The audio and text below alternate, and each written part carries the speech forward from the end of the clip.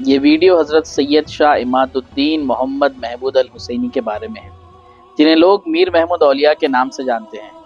آپ کی یہ درگاہ میر عالم تالاب کے کنارے پر ہے۔ آپ ایک بزرگ اور مقام یافتہ ولی تھے۔ آپ کی پیدائش نجف الاشرف عراق میں ہوئی اور آپ نے وہیں پرورش پائی۔ آپ امام علی ابن موسیٰ رضا کے نسل سے تھے۔ آپ ایک ایسے خاندان سے تعلق رکھتے تھے جو نجف اشرف میں مولا علی علیہ السلام کے مقدس روضے کے متولی تھے۔ دین اسلام کو پھیلانے کے لیے آپ اپنے 50 ساتھیوں کے ساتھ ہندوستان تشریف لے کر آئے اور محمد آباد پہنچے، جسے آج ہم بدر کہتے ہیں۔ بدر میں آپ کی ملاقات مولانا سید شمس الدین حسینی صاحب سے ہوئی، جن کے ہاتھ پر آپ نے سلسلہ نعمت اللہ اپنایا۔ پھر آپ سلطان عبداللہ کے دور میں حیدرآباد پہنچے اور یہاں آج کے اس میر عالم تالاب کے پاس اس پہاڑی کو اپنا مسکن بنایا اور یہاں آپ ذکر و اذکار میں مصروف رہتے تھے۔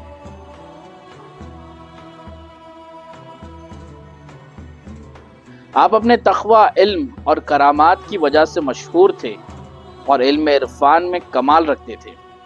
وقت کے ساتھ سارے علاقے میں آپ میر محمود صاحب کے نام سے مشہور ہو گئے۔ اپنی حیات میں آپ نے اپنا یہ مقبرہ تعمیر کروانا شروع کیا اور مزدوروں کو ان کی محنت کا 2 گنا اجرت عطا فرمائی، کیونکہ مزدور یہاں رات میں کام کیا کرتے تھے، کیونکہ دن میں مزدور تالاب کی دوسری طرف شاہ راجو خطال کا مقبرہ تعمیر کرنے میں رہتے تھے، جسے قطب شاہی سلطنت کے نئے بادشاہ ابوالحسن تانا شاہ بنا رہے تھے۔ دونوں ہستیاں ایک دوسرے کے عمارت کا بلند ہوتا ہوا منظر دیکھا کرتے تھے۔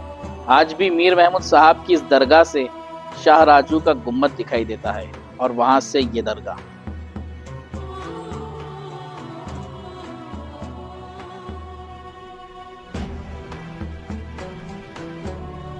فیضان اولیاء کتاب میں ہے کہ رات کے وقت آپ چشمے کے پانی سے مشالے جلایا کرتے تھے تاکہ تعمیر کا کام جاری رہے۔ آپ کا یہ عمل لوگوں کو حیرت میں ڈال دیتا تھا۔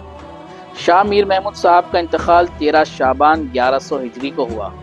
آپ کے فرزند سید شمس الدین حسینی، جو شمس مولا کے نام سے مشہور تھے، انہوں نے آپ کے تعلیمات کو برقرار رکھا۔ شمس مولا آصف جائی اول کے دور تک زندہ رہے اور یہی مقبرے میں آپ بھی مدفون ہیں۔ کہا جاتا ہے کہ سید شمس الدین حسینی حیدرآباد کے کوہ مولا علی پر بھی عبادت میں مصروف رہا کرتے تھے، یعنی آپ کے اجداد روضہ مولا علی عراق کے مجاور تھے اور آپ یہاں کے مولا علی درگاہ سے جڑے ہوئے تھے۔ آپ کے دوسرے فرزند سید شاہ علی رضا حسینی، جو آصف جائے ثانی کے دور تک زندہ رہے، آپ بھی ایک نہایت روحانی شخصیت تھے۔ آپ بھی یہی مدفون ہیں اپنے فرزند شاہ میران کے ساتھ۔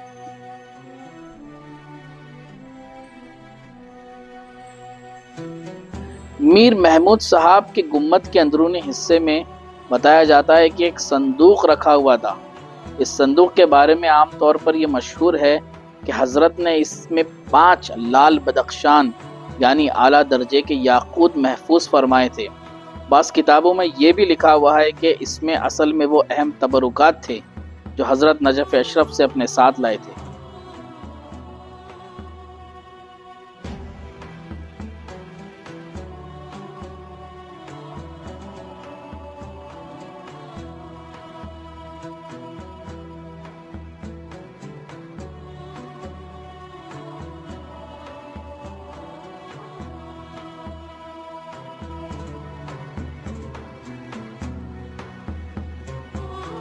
اس درگاہ میں ایک چھوٹی سی مسجد، خانقاہ، حجرت قدم رسول، چلہ امام زامن اور عاشورخانہ بھی موجود ہے۔ 1966 میں چھپی کتاب تذکرہ اولیاء حیدرآباد میں مراد علی تالے لکھتے ہیں کہ یہاں ہر سال ماہ محرم میں 19 علم بٹھائے جاتے تھے۔ بدقسمتی سے کچھ لوگوں کی سونے چاندی کی لالچ کی وجہ سے ان میں سے اکثر علم چوری ہو چکے ہیں۔ عاشورخانے کے چاروں دیواروں پر خط نستعلیق میں قرآن کے آیتیں، 12 امام کے اسماء مبارک، اشعار اور کچھ فارسی تحریریں بھی نقش ہیں، مگر ان میں سے بہت سی تحریریں اب دھندلی پڑ چکی ہیں۔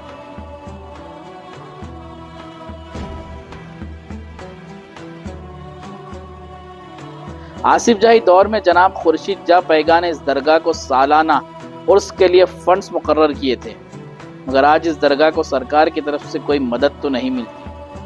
کچھ لوگ میر محمود صاحب کو میر مومن صاحب کے بھائی سمجھتے ہیں، مگر دونوں الگ الگ دور کے الگ شخصیات ہیں۔ میر محمود صاحب آج بھی تقویٰ، علم، عشق الہی کے لیے یاد کیے جاتے ہیں۔